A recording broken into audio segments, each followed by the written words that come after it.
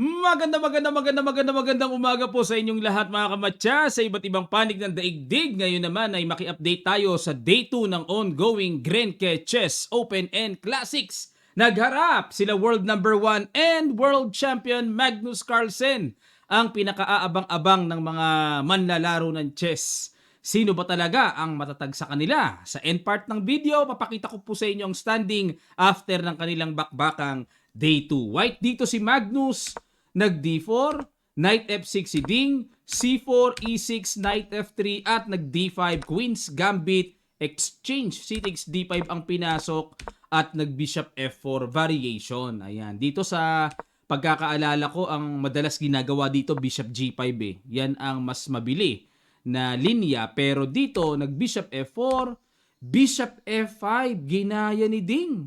E3, Knight BD7 at nag-Knight H4, atake, nag-Bishop to E4 at talagang pinoprovoke ang puti na mag-F3, Bishop G6. Ayan, kasi itong F3 kahit papaano ay makapagbibigay ng mahinang dark square sa king side. Nag-G4. Ayan, kumbaga sa isip ni Magnus, sige, napasubo na ako, mag-G4 na ako. Linya pa rin yan. Nag-Bishop E7, kinapture na ang Bishop at nag-Queen C2. Ayun, pagtira ng Queen C2, bagong luto na mga kamatsas dahil ang recorded pa ayon sa opening database ng chess.com ay Queen B3 para capturein ang pawn sa B7. Tapos ang gagawin ng black, Queen B6. Yan po ang latag niyan, ano? Pero, nag-Queen C2, tingnan natin. Knight F8, yan talaga isa sa mga typical maneuver. Ililipat sa E6, nag-castle queen side, Knight E6, Bishop G3 at nag-Bishop G6. Tinapatan ng exchange, nag-Bishop E1. Ayaw ni Magnus. Gusto niyang ipreserba ang mga pyesa para may mga pang-ata-atake. Queen C7, tiniriple ang pila sa pawn H2 at nag-King B1 lang, hindi pinansin, nag-castle queen side. Ayan, meron tayo ditong aalamin dahil kumarga dito si Magnus, no? Ano ang mayroon kung halimbawa mag-rook takes H2, rook takes H2, bishop takes H2, at may malakas na G5. Ayan pala ang malakas dyan. Atake sa knight na kapag kinapture ang sacrifice pawn na yan, may F4 na maaatake ang knight at the same time, yung bishop na disconnect sa pagkakadepensa ng reyna. Kapag nag-knight F3, magku-queen E2 lang, knight takes bishop, and queen takes H2, saan pupunta ang knight? Babalik knight F3 at magku-queen H8. So, komplikasyon na makukuha ang tore. So, tore o kaya ibigay na lang ang kabayo. Yo kabab o knight. Balik tayo mga kamatsas. So, hindi pwedeng kagatin pala yung pawn sa H2. Pain pala yan ni Magnus. Nag-castle queen side at nag-H4. Ayun, niligtas na. King B8 at nag-rook G1. A6, rook G2. Aba, medyo may mga pasakalyehan. Mga nagpapakiramdaman. Nag-G5, hinamon. Nag-H5 push.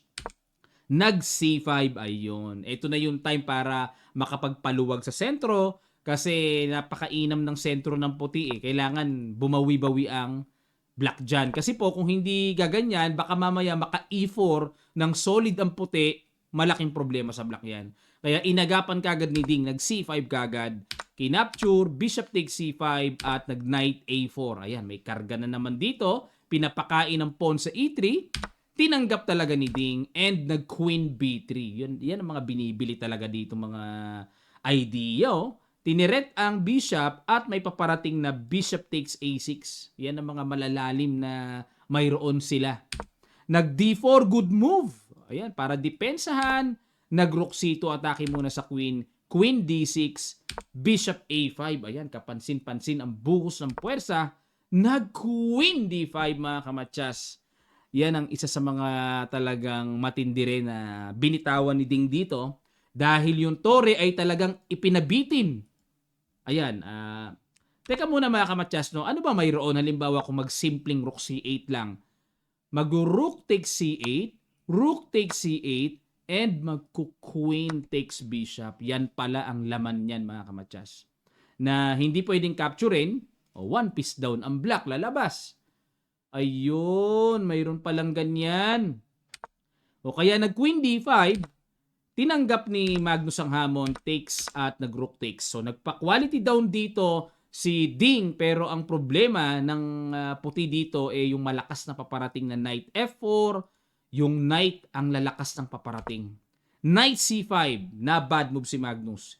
Gusto niya kasi, syempre, exchange down si Ding, palit-palit na. Kumbaga, daanin sa yaman, sabi ng mga veterano, di ba? O pero dapat daw po ay bishop to C4, yan ang ipanghataw dyan sa knight na yan. Tapos later on knight C5, saka isusunod ang knight C5. Okay, o pero, balik tayo sa knight C5, knight to D5, ayan na nga.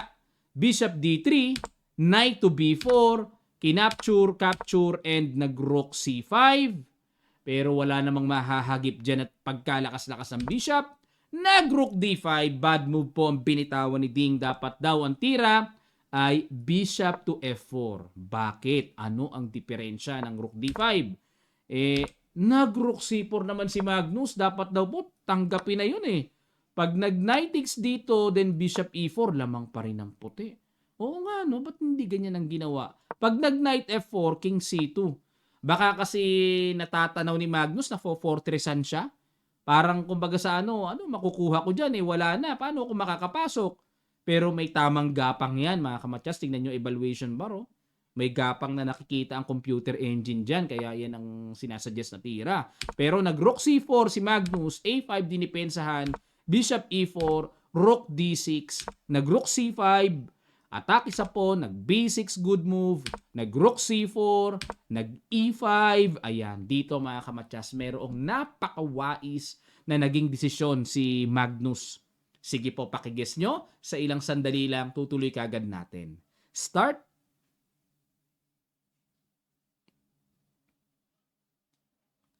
Maraming salamat po mga kamatyas sa inyong effort at congrats sa mga nakaramdam ng napaka-realistic na pagbabalik ng exchange. Di pareho na. Pero yan talaga ang realistic Bakit? Napakalakas ng knight. Sobrang stable na yan dyan. Sino magpapaalis niyan dyan? Napaka-eksakto ng ginawa ni Magnus. Ayan At genius naman ang ginawa din ni Ding. Check, capture. In-opposite color bishop na lang niya. Opposite color bishop. Ayan Napaka-wise din ito kasi po, pag nag-bishop takes, papasok yan doon, talo kagad ang black. Ayan makukuha yung G7, magdedire-diretso yan. Kaya kailangan po, wais din tayo sa mga sequence na mangyayari sa endgame natin. Ayan King E7, total yung pawn sa B2, anytime naman pwedeng pitasin. Yun nga lang kapansin-pansin, dalawang double pawn. Ang pangit ng pawn structure. Ayan, at nag-bishop D2. Hindi na nga kinagat yan kasi pag kinagat kakapturin pa yung pawn G5. Nako, delikado ang black. So, bishop D2, King G6, King F8 at Bishop D5, Bishop C1, maintain the support. Yan ang importante, yung pinakapintuan ng mga bagay-bagay ay kailangang matibayan. Kumbaga talagang taling-tali ng mga kadena at lubid yan. Hindi pwedeng bubukas yan. Ako, giba ang kaharian pagka nawala yan.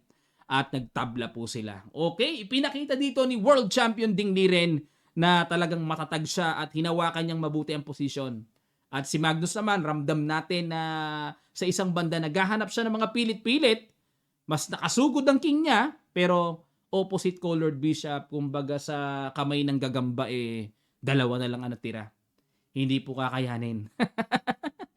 Pilay-pilay na yung mga paa Okay, ito po ang kanilang standing. Silipin natin, sino na ba ang nangunguna after day 2 ng kanilang bakbakang double round robin? Si Richard Rapport, 3 points. At Ding Liren, Kamer, Carlsen, 2 points. MBL and Friedman, 1.5 points. Okay, sila po ay 2 beses maglalaban Meron pa yung second round robin at tingnan natin kung sino talaga ang matatag. At 1 point behind si Magnus kay Richard Rapport na matindi, dumidire-diretso si Rapport napaka preparado Ito pong si Rapport ang second ni Ding Liren. Ibig sabihin siya yung talagang trainer ni Ding. Kaya nga bakit silang dalawa magkasama dito? 'Di ba? Mag-second yan, dalawang yan pinagsama, nako baka mamaya magdiskartihan yung dalawang yan Tabla silang dalawa naglaban Okay, maraming salamat po mga kamatsas. Shout out po sa lahat ng mga nagpapa-shout out. Ayan, Carmona Estates Chess Club, shout out. Carmona Chess Club, shout out. Ayan, Makati Chess Club, shout out. Yung mga natatandaan ko pong mga nagpapa-shout out.